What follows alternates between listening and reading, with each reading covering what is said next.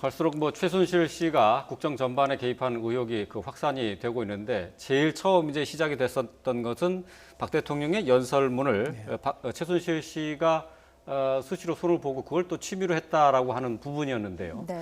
자, 이 연설 가운데는 이런 것이 어느 정도 부합되지 않느냐 하는 부분들도 상당히 있었습니다. 좀 그동안에 박 대통령의 연설 가운데에서 조금 고개를 갸우뚱하는 부분들이 몇 가지 있었는데 그 부분을 먼저 좀 보고 얘기 더 나누도록 하겠습니다. 국무조정실은 불독 같은 정신이 필요한 불독보다 진돗개가 더 한번 물면 그냥 그 살점이 완전히 뜯어져 나갈 때까지 안 논다 그래요. 그래서 진돗개를 하나 딱 그려놓으시고 우리는 진돗개 같은 정신으로 한다. 하여튼 이거를 없애기 위해서는 우리가 모든 수단을 다 동원해야 된다고 생각을 합니다. 규제의 타당성 여부를 조속히 검토해서 일자리 창출과 투자를 가로막고 있는 규제들은 한꺼번에 단도대에 올려서 처리하게 될 것입니다.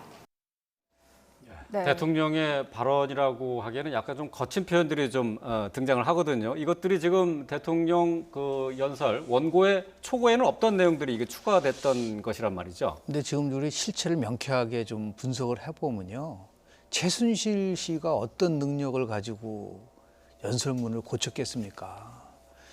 핵심은 최순실 씨가 갖고 있는 비선 조직이 있을 가능성이 굉장히 크다는 거죠. 예. 거기서 문건이 만들어지면 그것이 청와대로 가고 청와대에서 다시 그쪽으로 문건이 올라오면 거기서 수정하는 이게 한마디로 비선 조직이 갖고 있었던 폐해거든요. 최순실 한 사람의 문제가 아니고. 아닙니다. 그러니까 그걸 정확하게 봐야 된다. 이게 지난 김영삼 대통령 때 김현철이 갖고 있는 여러 가지 광화문 팀을 포함해서 외부에서 사조직을 활용을 해서 국정 운영에 개입했었던 것 때문에 실질적으로 김영삼 대통령이 엄청난 곤혹을 치르지 않았었습니까? 이게 거의 패턴이 비슷하다고 봐요. 그러니까 대한민국에서 이러한 것들이 여전히 일어나고 있다는 것에 대해서는 그만큼 대통령에 대한 권력이 집중돼 있고 대통령을 통제할 수 있고 감독할 수 있는 기능 자체가 모두가 다 마비됐기 때문에 나타난 현상이라고 저는 봅니다.